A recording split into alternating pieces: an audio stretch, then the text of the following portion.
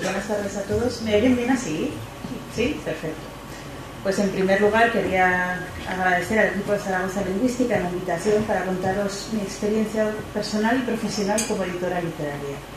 Y digo personal y profesional porque, como sabéis, en España no hay un posgrado o un máster específico cada edición. Es algo que uno va aprendiendo un poco sobre la marcha, ¿no? Con el título efectivamente de filólogos, pues luego uno tiene que aprender un montón de cosas extra e intentar aplicarlas.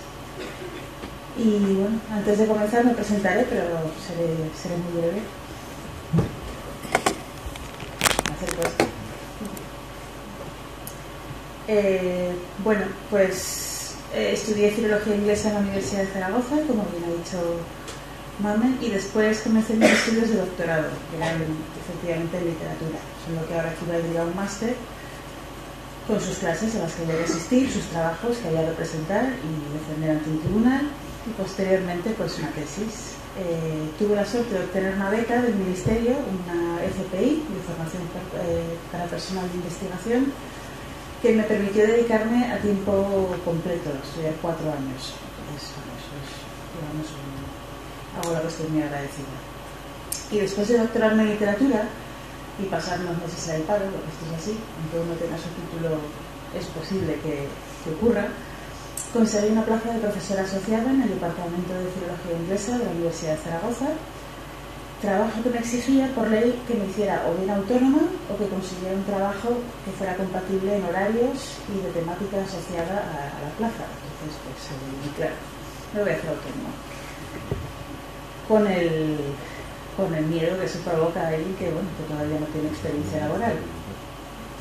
Un par de años después conseguí otra plaza de profesora de inglés en el Centro Universitario de la Defensa, que es donde actualmente trabajo coordinando e impartiendo clases, y que, como cualquier profesor universitario, pues compagino con la investigación, ¿no? En mi caso sobre literatura en habla inglesa, en el grupo de investigación de la catedrática Susana Onega. Y bueno, no me alargo más sobre este tema, porque por suerte, por desgracia, en internet se pueden encontrar todo tipo de bibliografías mías, publicaciones, vídeos, incluso detalles escabrosos. Así que a lo largo de mi charla sí que volveré sobre alguno de los puntos de mi bibliografía, ya que para mí trabajo y vida son indisolubles. Más adelante entenderéis por qué digo esto. En el resumen que presenté a Mamen en mi charla, incidí en el hecho de que en las últimas décadas y en los últimos planes de estudio del sistema educativo universitario se ha inclinado máximos hacia la especialización, asumiendo que así se formará a mejores profesionales, ¿no? Y más eficaces. Pero la pregunta que me surgió a mí como estudiante, y sobre todo cuando terminé de estudiar, era: ¿está el mundo laboral actualmente tan especializado? ¿O exige, sin embargo, el presente pluriempleo, que parece que es a lo que nos tenemos o vamos derivados, o el empleo multidisciplinar, es decir, el empleo en el que hay que desarrollar múltiples habilidades? Mi carácter, en primer lugar, y posteriormente mi experiencia me decían que sí, que había que formarse como persona en muchas y variadas artes, y que eso se podía conseguir a través del cultivo de las aficiones y los gustos, aquello que nos distrae de los estudios. Y debo confesar aquí que siempre he sido una persona bastante dispersa y que no me cuesta sentir curiosidad de las cosas, pero eso es algo que ha sido criticado, digamos, siempre te dicen céntrate en los estudios, luego el resto ya tendrás tiempo para dedicarte a ello, y luego llega un momento que te das cuenta de que igual ahí es donde estás aprendiendo realmente un montón de cosas, ¿no? Entonces, durante esta breve charla intentaré contar cómo llegué a la edición literaria y cómo se puede vivir el cuento. Y con el cuento pues me refiero a la edición. Y creo que el carácter disperso de la transdisciplinariedad y la creatividad y la exploración de las diferentes aficiones e intereses de uno contribuye a todo eso.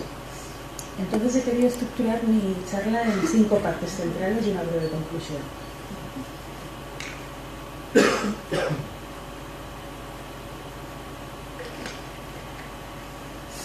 Y yo bebiendo agua porque al haber venido hoy aquí dos, noto que me ahogo un montón.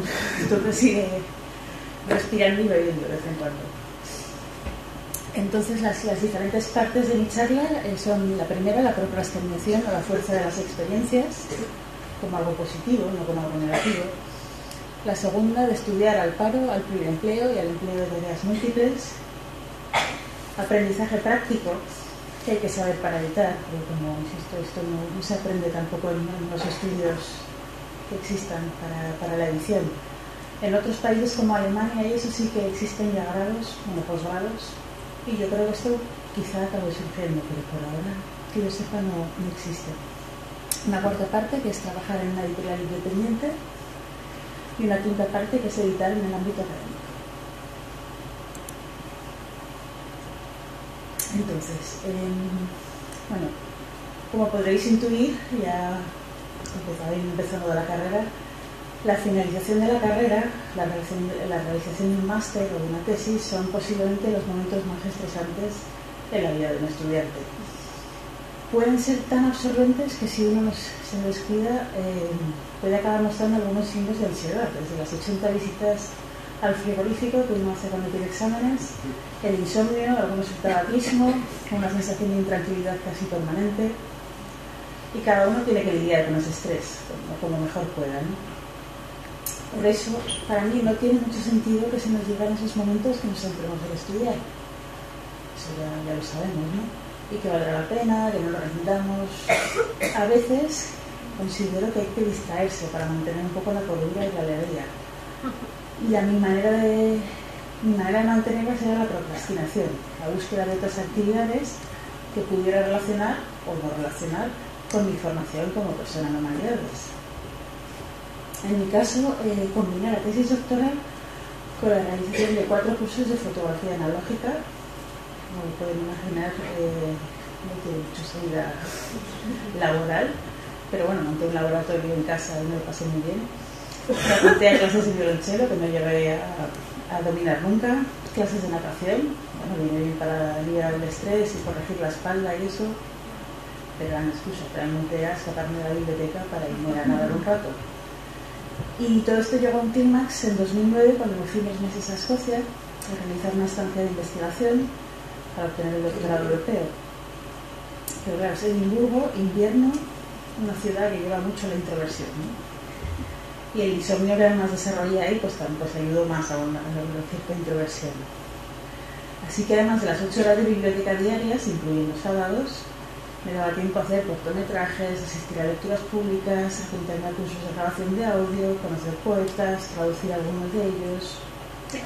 En definitiva, estos meses me sirvieron para explorar otras habilidades mientras seguía avanzando la tesis y dudaba en mis propias capacidades. Que también esto es bastante común, ¿no? Uno se plantee, sobre todo en los exámenes, ¿sirvo para esto?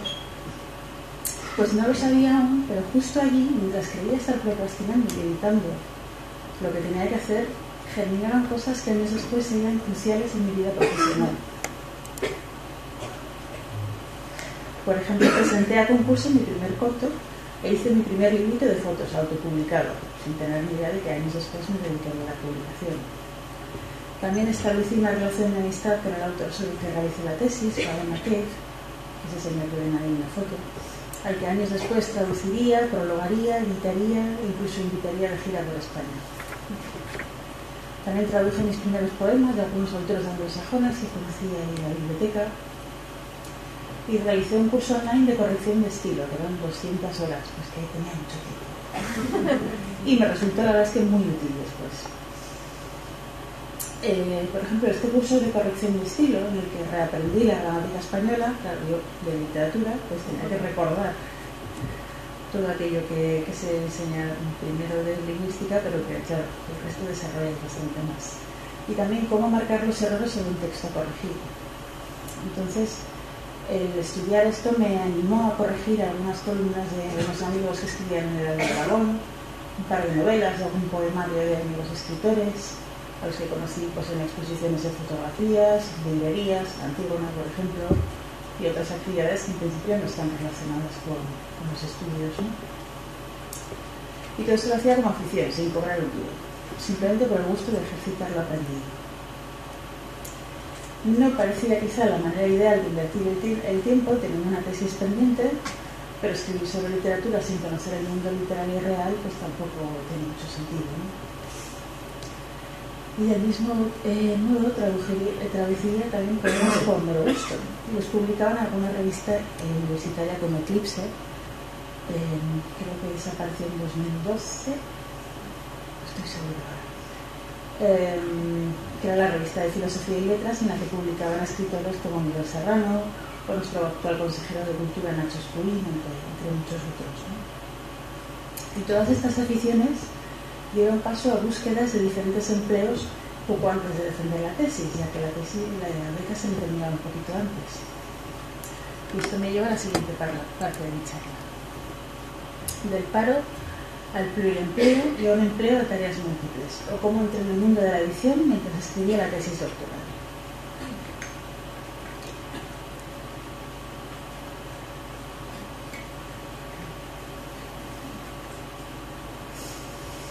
Y bueno, hice un curso de traducción y sincronización para películas en la casa del traductor de unos poquitos días de Tarazona, pues probando cosas. Y probé entonces con la traducción de textos literarios por encargo para editoriales españolas. Por ejemplo, traduje la mitad de una biografía de Laurie King titulada Mi gran historia para la editorial Lao Conte, y también la mitad de una novela titulada 13, que nunca se publicó. Yo creo que la editorial desapareció justo cuando se iba a publicar esta obra. Y he dicho, bueno, porque la mitad. Pues esto también es una estrategia comercial de algunas editoriales que te dan como un texto de prueba que tú traduces por un precio ridículo, con unos plazos realmente angustiosos. Por eso cuando uno ve malas traducciones a veces dice, joder, hay traducción contratada. Bueno, igual habría que mirar un poco también qué plazos han tenido de traducción y en qué condiciones han trabajado, ¿no? Entonces, bueno, para probar un par de veces bien, pero vi que era insostenible. Si uno sacaba cuentas, tenía que trabajar como 13-14 horas diarias y sacaba 3-4 euros a la hora. O sea, realmente... Pero bueno, la actividad de traducción me gustó mucho. También subtitulé algún reportaje para el Centro de Historias, pero bueno, fueron cosillas juntas. Y como he mencionado antes, corregí textos literarios para algunos amigos, que esto es lo que más me gustaba, ¿no? Estas correcciones me llevaron un poco por casualidad a coordinar algunos proyectos editoriales aragonesas, como La vida es el comienzo, que es el libro que he puesto allí, de Miguel Ángel Ortiz Alvero, editado por Comuniter, que era una editorial muy chiquitita. Y debo decir que la experiencia me gustó mucho. Y fue mi comienzo, digamos, en el mundo editorial, ¿no?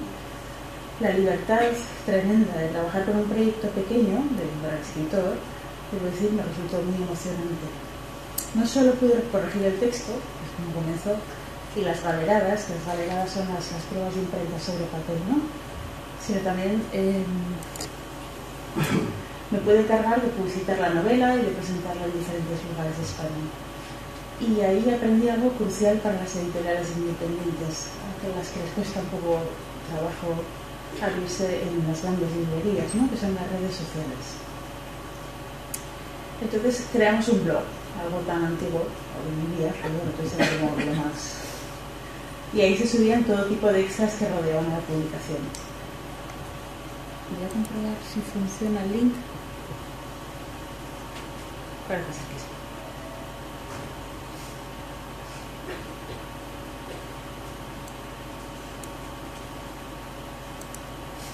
Entonces en ese blog de lo que se trataba un poco era de tiempo antes de que saliera el libro publicado, de ir creando un interés. Y una vez publicado se iban publicando pues, fotos de presentaciones, la cuestión era hacer un poquito de ruido. Aquí tenemos el anuncio de la presentación del libro. Aquí también hicimos una presentación con un concierto, con fotos bastante oscuras de ahora. Incluso también hicimos un vídeo para anunciar antes de que saliera el libro, para crear un poco de interés. Puedo poner un trocito, no lo voy a poner entero porque es un poco largo y un poco aburrido, diría yo ahora. Pero bueno, es un vídeo que hicimos con... Podemos probar, a ver. Y si no, abro yo encima. Sí que sí, lo que pasa que es...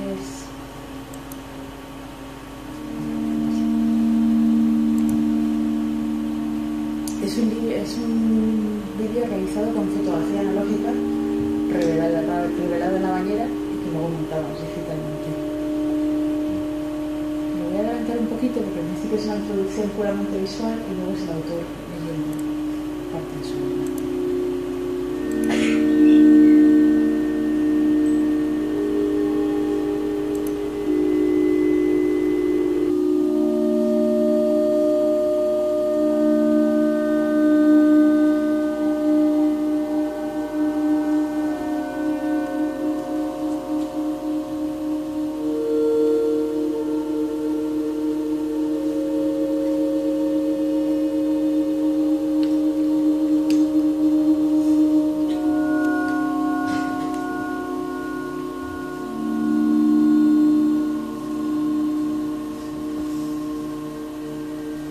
Ahora, que probablemente no quede tiempo que perder, pienso en todos los papeles que todavía quedan por representar, pues siempre queda alguno, acaso el mío, ese que pudo encargárseme al comienzo de todo, mucho antes de que comenzase a mostrar mi herida. Tal vez mi papel era narrar una crónica de aquello para lo que anoté todas las cosas en mi cuaderno de tapa negra. Marcel aprendió de alguien a quien llamaba Eugene, y así me lo ha enseñado, que ante un encargo de tal naturaleza se le podían prestar bellas palabras ajenas a quien debía afrontar aquella tarea. Si era menester, cuenta Marcel, que le eligió Eugene, era lícito escoger de los demás hermosas frases ejemplares, tomar prestadas sentencias edificantes, cuidar como fuese de la leyenda que había de ser narrada. ¿Acaso todas aquellas cosas que anoté en mi cuaderno, el que ahora no tengo, como ya dije, no eran sino las que tomé prestadas de los demás para vivir como propias antes de narrarlas, las historias de los otros? Cuento lo que nadie a mí me ha contado nunca. Muestro mi herida tal como es. Claro,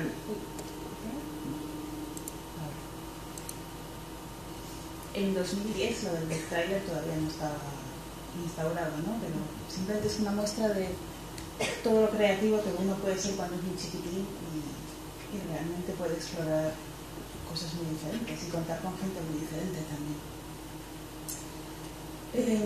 Después, casi a puntito de terminar la tesis, participé también en un proyecto titulado La Jirafa, en la que 21 artistas aragoneses reinterpretaban a Boudin. Y ahí conocí en persona a un diseñador editorial con el que a veces también charlaba sobre fotografía o cine, porque ambos seguíamos nuestros mutuos blogs. Y él se ofreció a maquetarme la tesis doctoral y yo, por supuesto, accedí.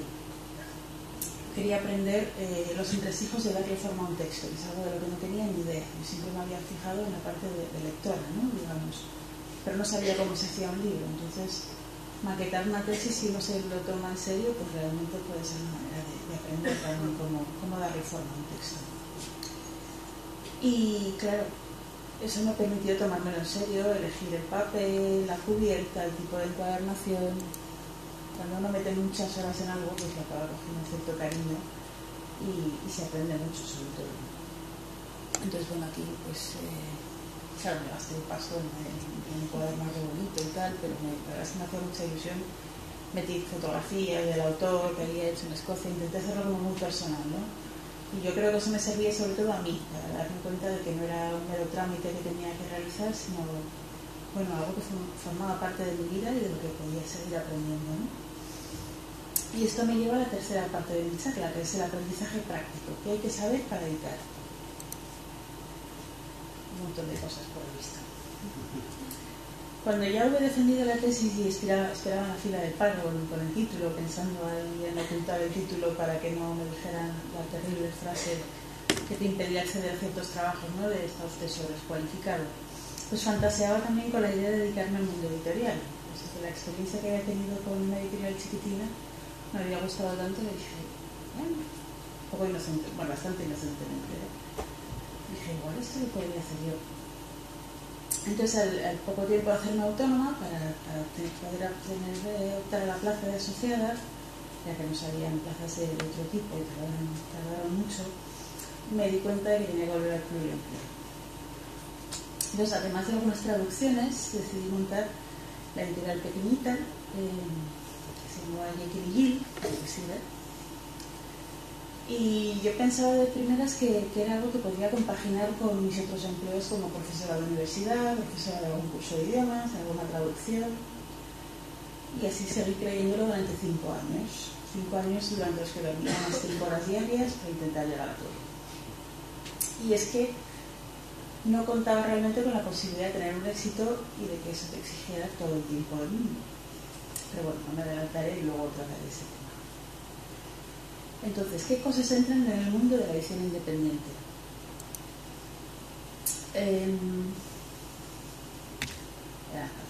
Lo primero y lo más importante a mi entender es algo no demasiado tangible, que es el buen gusto. ¿Qué es el buen gusto? Pues bueno, yo lo englobaría como la capacidad de distinguir un buen texto interesante y bien escrito de uno que no lo es. Para mí eso sobre todo me ayudó mucho al estudiar la licenciatura y el doctorado en filología, en la vida, y sobre todo también el haber sido una voraz lectora. O sea, eso es lo que aprendes en la carrera, pero también es lo que tú haces cuando deberías estar estudiando, que es leer otras cosas. Entonces, normalmente un editor o editora puede buscar textos que le gusten y también le llegarán borradores sin necesidad de pedirlos. Y hay que saber discriminar siempre la paja de baño, que es interesante, que es bueno y que no es bueno. Parece muy obvio, pero luego es importante. También yo creo que cuando uno monta una editorial debería saber si va a aceptar todo tipo de manuscritos, porque puede llegar el momento en el que uno reciba 4 o 5 manuscritos horrorosos, diarios, y entonces uno deje de leer cosas buenas, lo cual no es bueno para el criterio del buen gusto, digamos, que también se hay que cuidar. Entonces esto me lleva a la siguiente pregunta: ¿cuál es mi línea editorial? Es decir, uno tiene que plantearse qué libros quiere publicar. Mi consejo personal es que publiquéis cosas que os gusten a vosotros, porque no merece la pena dejarse la piel en textos que no nos gustan, simplemente por eso. Pero conviene plantearse si se desea publicar libros de un estilo, una ideología concretos, de un periodo concreto, de uno o de varios géneros. Por eso hay que tenerlo bien pensado antes de comenzar. Y bueno, una vez que se tiene el texto deseado, lo primero que hay que hacer es corregirlo. Está muy bien que haya habido una charla ya sobre lo que es la corrección, porque es fundamental. Hacer una minuciosa corrección ortotipográfica y de estilo. Entonces, tanto la corrección lingüística como la corrección de estilo son cruciales para tener un producto de calidad, que es al final lo que va a hacer que una editorial funcione o no funcione, ¿no? A veces se puede crear un manual de estilo propio, no es mala idea, para mantener una coherencia en todas las publicaciones de la editorial, pero es verdad que tampoco es esencial si se trabaja con el mismo corrector o misma correctora siempre. Y bueno, hay 2 tipos de correcciones, esto lo pasaré por ello brevemente, pero creo que es importante explicarlo. Y está la corrección de estilo, que consistiría en eliminar los errores y las imprecisiones del vocabulario, aumentar la riqueza léxica y eliminar muletillos y vicios léxicos. Esto no es que significa que el autor sea malo, sino simplemente el autor no ve su propio texto. Esto nos pasa a todos, ¿no? Cuando escribimos algo, creemos que es fabuloso, lo deja uno reposar, vuelve y dice, ay, si siempre digo esto o lo otro. Pues un lector fresco, desde fuera, ve todas estas cosas, ¿no? También corregir los errores gramaticales, y ajustar el texto a las normas y a los usos asentados, solventar las inconsistencias sintácticas, concordancia, correlación de tiempos verbales, régimen preposicional, darle mayor fluidez y adecuación al texto mediante la elección de recursos sintácticos precisos y bien trabajados, conectores del discurso, oraciones subordinadas, eliminación de pleonasmos. Esto es importante también porque cuando uno trabaja mucho en texto a veces cortamos y pegamos y pues, quedan ahí cosas cojas, ¿no? Y sobre todo hacer que el texto suene genuino en su lengua y que sea comprensible para que el lector al que va destinado. Y luego tenemos la corrección ortotipográfica, que consistiría en corregir los errores ortográficos y de puntuación, en ajustar la ortografía a las normas de la RAE, como el uso de mayúsculas, tildes, formación de abreviaturas y escritura de cifras, etc. También aplicar recursos tipográficos, comillas, cursivas, negritas, versalitas, topos, numeración, todo tipo de cosas. Y la gente de filología inglesa, me imagino que filología francesa, tenemos que tener más cuidado con estas cosas porque a veces mezclamos en cada idioma, ya sabéis que es diferente y hay que ser muy consciente de todo esto. También unificar el uso de negrita, cursiva y comillas, no solo en un texto, sino en toda la colección, ¿no? que es la pluma editorial. Y eso siempre igual. Y luego también las correcciones se suelen realizar varias veces. Sobre el primer borrador, sobre el borrador corregido, las veces que sean necesarias, sobre el texto ya maquetado para la versión impresa. Y en ese estadio se deben detectar además posibles errores de maquetación, como son viudas, huérfanas, repetición de sílabas en líneas consecutivas, palabras mal repartidas, señalar errores en el tratamiento de blancos, márgenes, líneas cortas, filetes y foliación. Y por supuesto hay que corregir todo eso antes de que se impriman los ejemplares. Parece una tontería, pero al final llega a ser un trabajo bastante obsesivo.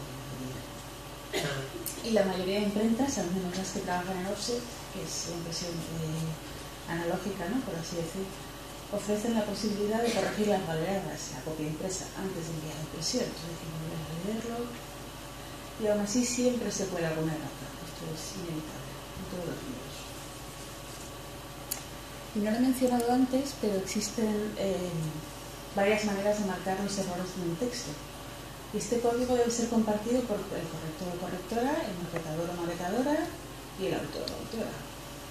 Es cierto que a veces los autores no tienen por qué conocer este código visual, ¿no? Pues esto no es su trabajo.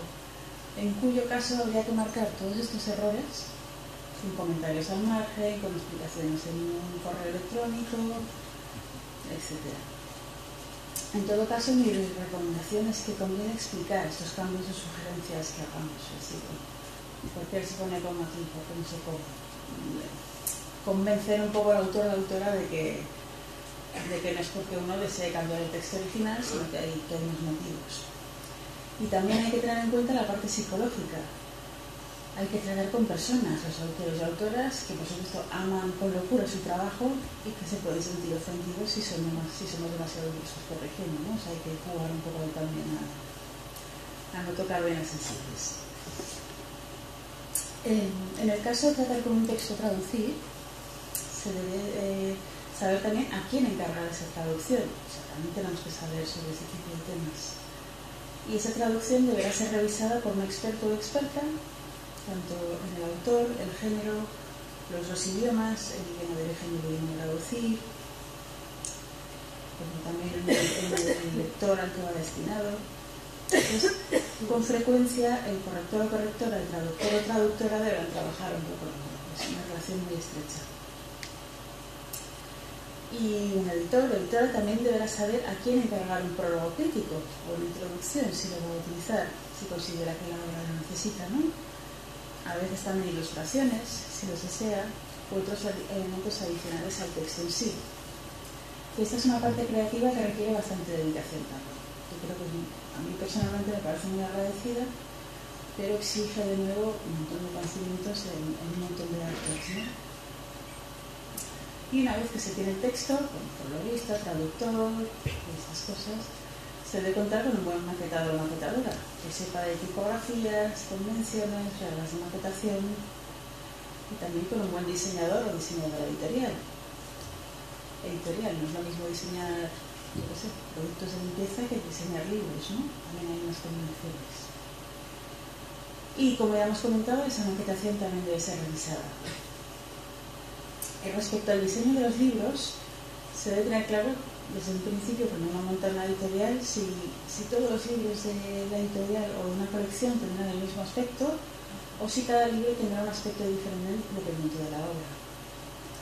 Y bueno, en el mercado editorial encontramos ejemplos de ambos tipos. He elegido 3 editoriales del ámbito aragonés. Encontramos la editorial Contraseña, porque aquí las portadas tienen todas un aire muy similar, claramente reconocibles.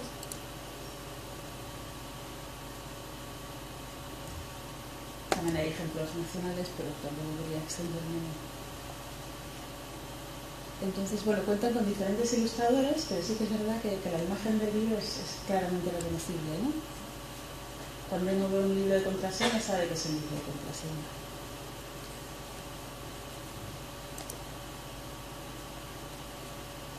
En un principio creo que trabajaban solo con el ilustrador, pero luego decidieron ir incorporando más. Claro, si uno trabaja solo con un ilustrador o ilustradora, también tiene su periodo. ¿Qué pasa si esta persona no desea seguir trabajando con la editorial? Pues que hay que cambiar toda la imagen, ¿no? Entonces eso hay que mirarlo todo y estudiarlo con calma. Pero bueno, aquí vemos eso, un ejemplo de una editorial que saca libros más o menos todos iguales. Luego encontramos también a Tropo Editores, por citar otro ejemplo aragonés, que les da un aire similar a sus libros, pero los distingue por colecciones.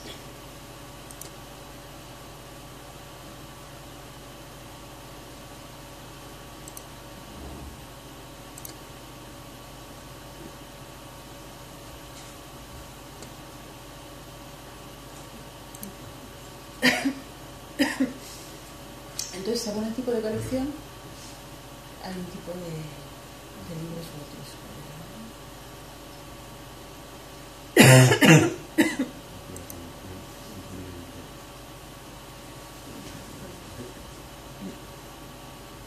Bueno, aquí vemos, por ejemplo, las categorías de los diferentes libros. Si miramos en novela,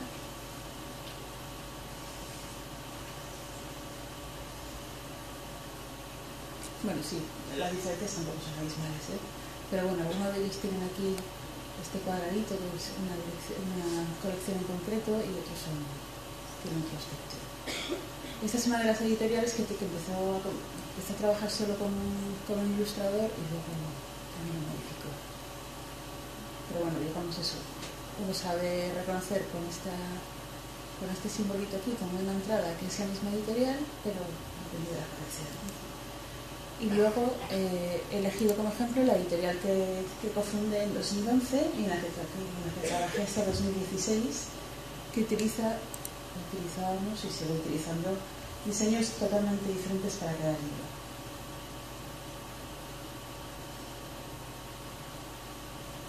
Esto lo hicimos sobre todo porque considerábamos que primero nos apetecía tomarnos la libertad de ser creativos con cada libro, y luego también creíamos que cada libro podía tener connotaciones diferentes, ¿no? Aquí, por la maquetación de la página, se ven todos del mismo tamaño, pero tienen tamaños diferentes y bueno, lo único que permanece es un poco el símbolo de la editorial, pero el resto no se parece nada. Hay libros alargados, pequeños, grandes, de todo tipo. Y bueno, todos tienen sus pros y sus contras, y hay que estudiar bien las posibilidades antes de comenzar. Sí es cierto que la parte de diseño editorial es tremendamente creativa. Hay algunas ediciones que prácticamente parecen libros de autora, maravillas. Por poner un ejemplo, he cogido una muy popular en el que podéis ver diferentes cubiertas que se han hecho para la Lolita de Nabokov. Todo tipo, y si buscáis encontraréis cientos más. Este, por ejemplo, está troquelado, entonces uno levanta la tapa y luego dentro de otra cosa. Nosotros, con uno de los libros que sacamos, también hicimos unas sobrecubiertas falsas, con otro título, otro autor, pero tenía que ver con el contenido del libro. Pues el contenido hablaba de un autor que pretendía usurpar la identidad de otro. Entonces, bueno, jugábamos un poco con eso, ¿no? Se puede jugar muchísimo con las cubiertas. Y bueno, pues como he dicho eso, los libros entran por los ojos. Relacionado con la vista, también con el tacto, están otras selecciones fundamentales, como son el tono, la textura y el gramaje del papel, también fundamental. Todo esto sube el costo de los libros, por supuesto. El modo de impresión, puede ser en offset o digital, las tintas, el tipo de encuadernación. Y ahí, como he dicho, pues entra también el tema de lo económico, los presupuestos. Uno tiene que tomar decisiones importantes ahí. ¿Cuánto se debe vender un libro? ¿Cuánto cuesta? ¿Cuánto es el porcentaje que cobra cada parte del proceso? Para saber todo esto Veamos qué partes pueden colaborar en la escritura, edición y venta del libro, que es mucha gente. Tenemos en primer lugar a un autor o autora que cobrará un anticipo normalmente y un porcentaje. A veces tenemos un traductor o traductora, quizá uno o una prologuista o un ilustrador o ilustradora para la cubierta o para el interior del libro, uno o una correctora de estilo, uno o una maquetadora, diseñador o diseñadora, que puede ser la misma persona o puede ser otra diferente, una imprenta, por supuesto, si esta no hay libro, bueno, no se tiene un final digital, pero luego hablaremos de eso. Una distribuidora también, las librerías, el editor o editora, y la cosa es que todos tienen que cobrar. Vamos, al menos esa es mi opinión, que todo el mundo tiene que cobrar por su trabajo. Entonces, los derechos de autor suelen ser entre un 10% del precio de venta al público, y la distribuidora de la librería se lleva un 60%, por lo que quedaría un 40% del precio de venta al público repartido entre colaboradores, correctores, maquetadores, diseñadores, gastos de imprenta, que son elevados, y gastos de prensa, es decir, ejemplares para reseña, presentaciones de libros, etc. Y esto suele dejar para el editor un 5%. No es tanto. Para hacerse rico editando, un poco complicado. Siento quitaros la ilusión con esto. Y de este 5% que correspondería al editor o la editora, habría que descontar todas las devoluciones de libros que se reciben, que suelen ser un tercio de los libros distribuidos. Me habría que descontar los gastos de la editorial coordinada en marketing, presentación de novedades, instalaciones, pues los almacenes que pueda tener, oficinas, etc. Y respecto a las devoluciones, me gustaría aclarar que esto, claro, igual es algo en lo que uno no se para mucho a pensar, pero la vida de media de un libro en una librería es muy cortita. Se calcula que suele ser alrededor de un mes como máximo. Y cuando llega una novedad, el librero intenta colocar el libro y si no vende, lo devuelve al editor. Y es el editor o editora el que corre con los gastos, ¿no? Y bueno, esto digamos que hoy en día todavía se está acentuando más, porque claro, se publica muchísimo y las librerías pues tampoco son tan grandes. Librerías pequeñas, me estoy refiriendo, los grandes librerías ya funcionan de otra manera. Muchas veces, por ejemplo, si reciben boletín de novedades o libros recomendados de NAC o algo así, todos esos están comprados, alguien paga porque eso aparezca en la lista de los libros recomendados. Me refiero a los boletines impresos y estas cosas. A veces algún librero tiene la posibilidad de tener su propia selección, pero en grandes cadenas esto no es posible. Y bueno,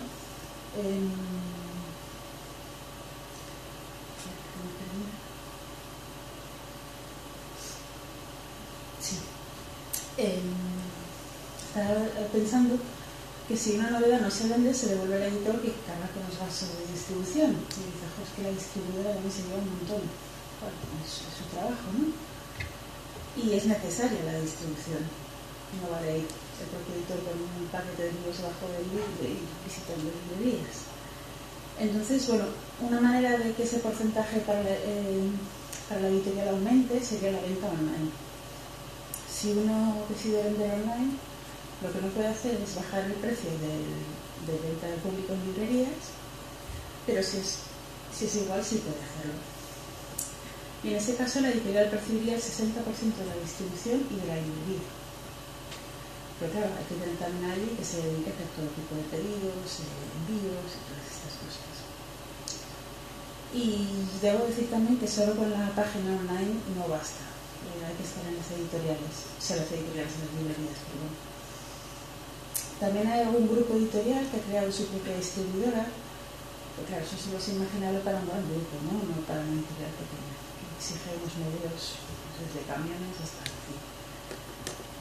Es otro empleo, digamos, otro trabajo. Y luego, para llevar las cuentas y pagar religiosamente Hacienda, hay que hacerlo cada trimestre. Lo ideal también es tener a alguien que se encargue de ello, si uno mismo no domina el tema, ¿no? Que en mi caso luego no lo es. Yo diría que una gestoría es una buena inversión, solo teniendo en cuenta que hay que presentar pues cosas todos los meses, hay que llevar un montón de cuentas. Y otro de los aspectos importantes a la hora de intentar vender libros son las notas de prensa, las presentaciones, las reseñas, la publicidad. Esto es otro muy grande. Para una editorial independiente, las redes sociales son un escaparate gratuito y muy actual en el que anunciar las novedades. Esto es bastante reciente, diría yo. Entonces no está de mal tener una página web, pero en el día a día se desarrolla sobre todo en plataformas como Twitter, Facebook, Instagram, y lo normal es que todas estén interconectadas. Entonces, o se tiene alguien trabajando solo para eso, o hay que estar muy activo. Ahora, yo he seleccionado un par de ejemplos. Una muy reciente de una editorial a la que sigo en Instagram por su contenido, porque es muy interesante, es la Frontera Editores. Entonces aquí, igual está muy pequeño, no sé si lo podréis leer. Bueno, un simple comentario de alguien como Alex de la Iglesia en Twitter puede disparar las vueltas de un libro, eso es así, no importa que no tenga Twitter. Si lo anuncian en una plataforma, puede que llegue, puede que eso me haga compraros un libro online, en una librería, o simplemente conocer la editorial, ¿no? Y para eso hay que asegurarse de tener una cifra elegante de seguidores, y para conseguir seguidores hay que publicar contenido con frecuencia, con un contenido interesante. Y eso lo pueden hacer tanto los editoriales como también los propios autores. Para eso tengo otro ejemplo, que es la escritora Luna Miguel, que comenzó publicando poemas en su blog y que hoy en día es una referente entre los influencers literarios, ¿no? Que también es otra sección, digamos, gente muy activa, muy joven, probablemente de los 20 años y que están muy activos en todo tipo de redes. Y luego, bueno, reseñas a un reportaje también pueden catapultar a una editorial, ¿no? La reseña deberá aparecer siempre en un medio prestigioso y de gran alcance, y los reportajes, ya sean sobre un autor o una editorial, pues igual. Y si incluyen fotos glamurosas, mejor que mejor. La imagen vende, sin duda. Para esos ejemplos, el semanal, si me parece la portada, eso asegura ventas seguro. Y en alguna otra revista, este sello con un montón de Photoshop, también vende.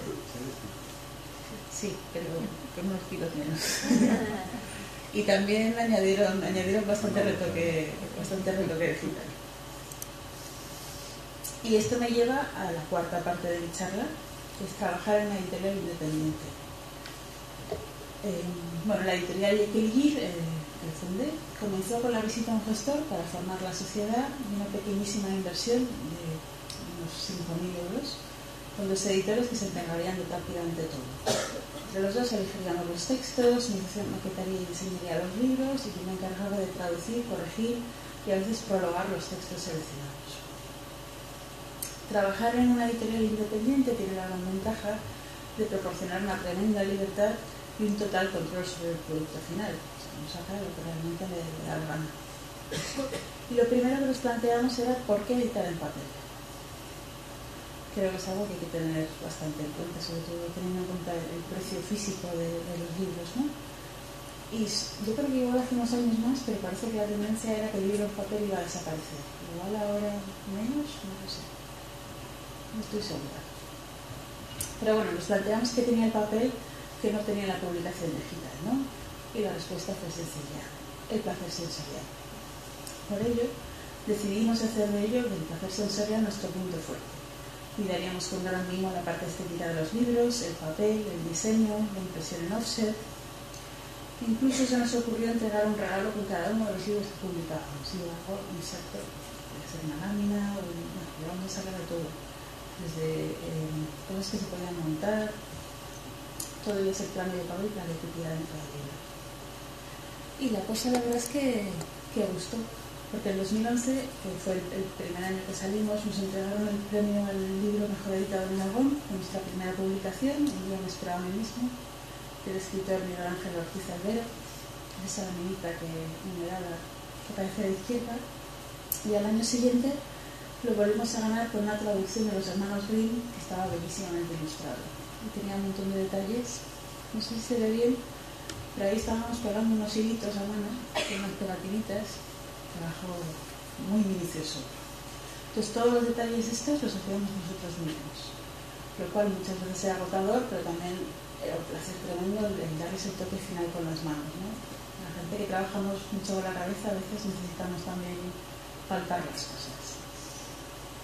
Y bueno, ahí pude explorar un montón de tareas de las que me encargué. Pude realizar varias traducciones, notas, introducciones, también escribí alguna introducción crítica, tarea que me fue costando más y más, la verdad. Y bueno, incluso también pude realizar fotografías para las cubiertas de algunos de los libros, como este libro que traduje, o incluso fotografías para el interior, como en este, y también de Edimburgo.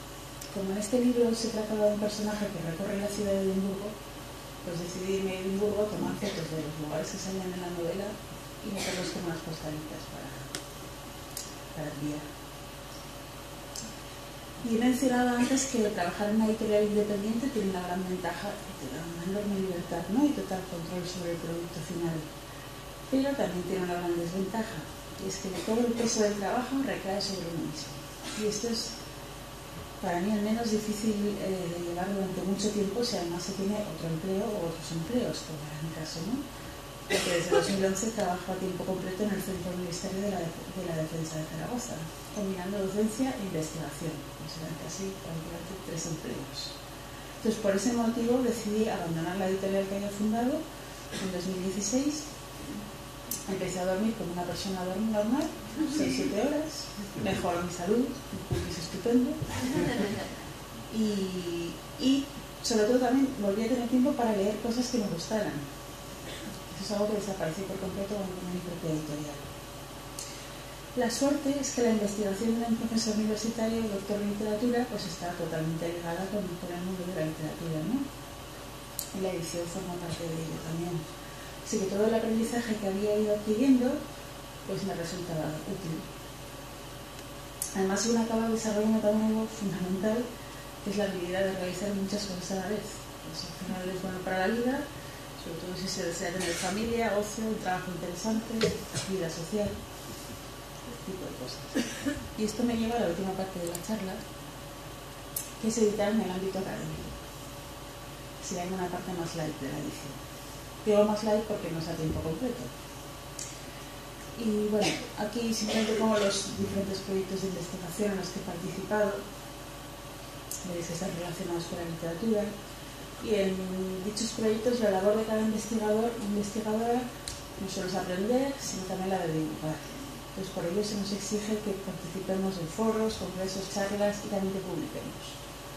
Tenemos que publicar reseñas, artículos de investigación, artículos de divulgación y también, si es posible, editar algún libro en revista. En mi caso, he tenido la suerte de editar tanto libros como artículos de varios investigadores internacionales de todas las partes del globo y también de coordinar números de revistas. Y en ambos casos el aprendizaje que obtuve de trabajar como editora literaria me vino fenomenal, puesto que las labores son prácticamente las mismas. Normalmente suele ser una la que propone un tema a la editorial y da a conocer el tema para que los investigadores interesados manden sus contribuciones, ¿no?, distribuir información. En otras ocasiones pueden surgir publicaciones de los asistentes a un congreso. Y en todo caso hay que hacer llegar a los autores unas reglas claras sobre extensión, formato, manera de referenciar y citar, y además habrá que elegir las mejores propuestas, como la lectura de manuscritos, ¿no? Corregir amablemente sus aportaciones, indicando los plazos razonables también, volver a revisar los textos. Y en el caso de la que publicación sea un libro, habrá que crear también una estructura interesante con los diferentes artículos recibidos, con un índice, una introducción, una conclusión. Y además, si la editorial es internacional, nos pedirá resúmenes de cada capítulo del libro, un resumen total del libro, contratos de cada autor en el que indiquen la originalidad de los textos y cedan sus derechos. Incluso nos pedirán cosas como un informe sobre cómo vender el libro, campos relacionados, un historial de libros ya publicados sobre el tema, perspectivas de mercado, posibles reseñadores, posibles instituciones interesadas en comprar ejemplares, biografías de participantes. Es fácil que este proceso suele durar 1 año, 2, incluso a veces más. Y en alguna ocasión, si la persona al cargo no teme meterse en jardines, como en mi caso, pues puede llegar a traducir algún texto para dicha publicación, en el caso de que el autor o la autora no publique en inglés, puesto que es la lengua de todas las publicaciones internacionales. Nos obligan a publicar en inglés. Lo cierto es que esta es una dificultad añadida para ciertos ámbitos, o sea que la mayoría de los investigadores, aunque los comuniquemos y escribamos en inglés, no somos hablantes nativos. Por tanto, de nuevo volvemos a la corrección de estilo, que resulta imprescindible. Puede ser uno mismo el que intente realizarla con infinitas relecturas o reescrituras, que puede pedírselo a un colega en un poco, ¿no? Eso es un tema siempre necesario. Además, en la mayoría de los casos, los investigadores hacemos de revisores de artículos para revistas o libros. Y eso se realiza con el sistema de revisión por pares, que se utiliza para asegurar la calidad de los artículos publicados. Los revisores, que suelen ser 2 o 3 por artículo o libro, permanecen siempre anónimos para evitar perjuicios y malos rollos posteriores, y deben ser expertos en la materia que revisan. Esos deben decir si el artículo cumple con los criterios mínimos de calidad de la publicación, y además deben realizar aportaciones al tratamiento del tema, la metodología, el estilo, las fuentes, etc. Si el autor no realiza las sugerencias mencionadas, el artículo no será publicado. Y los revisores también realizan un informe detallado acerca de la adecuación del texto y la ayuda a la editorial. Es un proceso, por verlo muy brevemente, se envía el manuscrito, hay un editor técnico, experto en la materia, que puede devolvérselo al autor o aceptarlo, un editor que aceptará o rechazará el texto y lo enviará a los revisores. Estos revisores harán sus comentarios, escribirán una carta donde dirán enhorabuena, muy bonito su artículo, o haga usted el favor de repetirlo. Los reject, bueno, revisiones pueden ser menores o mayores. Si realiza todo esto bien, no suele ser a la primera. Se acepta. Entonces se realizan de nuevo la posible revisión sobre la copia, se puede publicar en digital y luego se imprime. Sabemos que realmente es muy similar a la publicación de otro tipo de textos, ¿no? Y también puede ser que a uno le encarguen a uno un prólogo determinado sobre un tema que uno conoce. Y esta labor es una de las más divertidas, que sería un poco la equivalente a las introducciones que escribía para la editorial. Y esto me lleva ya a las conclusiones, donde intento resumir que hay muchas maneras de editar, como pretendo demostrar, ¿no? Se puede trabajar para una gran editorial, ya sea como parte de la plantilla interna seleccionando textos, como corrector o correctora, como traductor externo. También se puede ser colaborador de una pequeña editorial, realizando trabajos puntuales, desde la escritura de un prólogo o el diseño de una cubierta hasta la maquetación. Y otra opción es la de fundar una editorial independiente. Quizá yo diría que es la más arriesgada, puesto que requiere una versión económica y un compromiso total. Hay que tener muy claro dónde se mete uno y cuánto está dispuesto a dar, en dinero, en tiempo, en salud. Y otra manera de editar sería la edición académica como investigador, puede ser externo o universitario. Y como hemos visto, esta incluye también todo tipo de funciones, desde la corrección de texto hasta las labores administrativas de pedir que firmen contratos, enviarlos, escanearlos, ese tipo de cosas.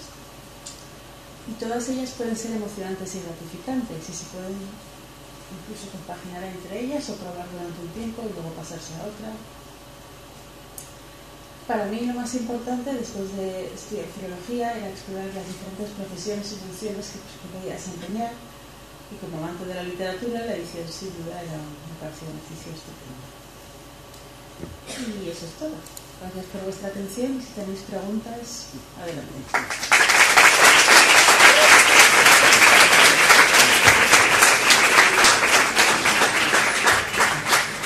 Tenemos 5 minutillos para una pregunta.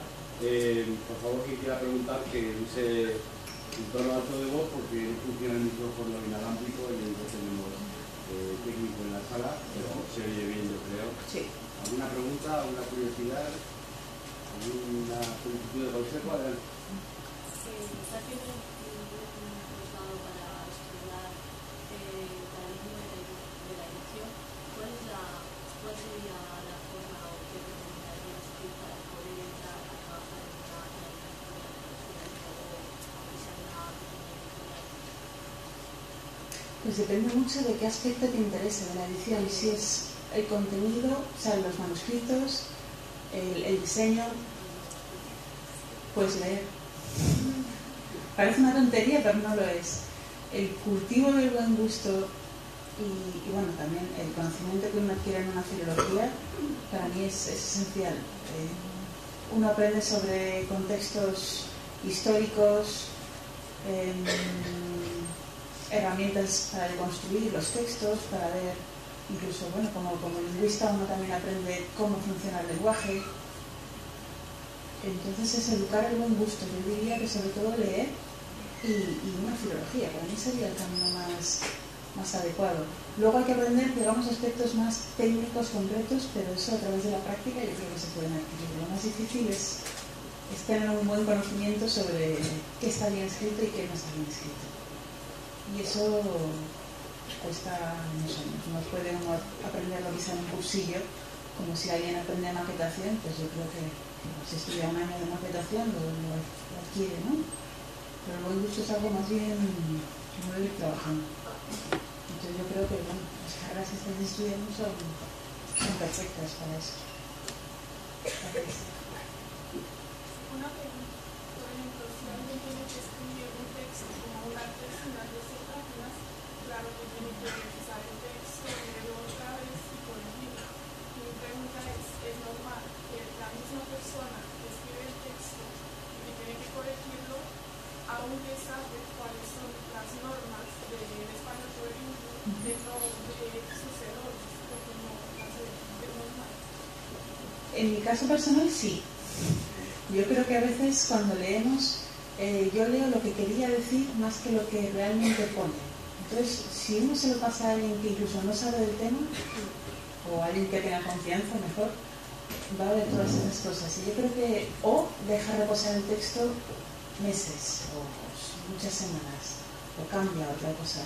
Pero al menos en mi caso, no sé si le pasa a todo el mundo, sí que he descubierto muchos autores que les pasa que tienen más en la cabeza lo que ellos querían decir. Y en el caso de novelas puede pasar que un autor tiene muy claro el argumento, pero uno que lo lee de nuevas ve que hay fallos. Pues, por ejemplo, el protagonista se estaba escapando en un sitio que tiene 2 plantas y luego pues no baja las escaleras. O, igual que pasa en las películas también, que a veces detectamos fallos. Y yo creo que con una mirada fresca de alguien que no conoce el texto es más fácil. Porque es muy difícil separar lo que uno lee de lo que uno tiene en la cabeza.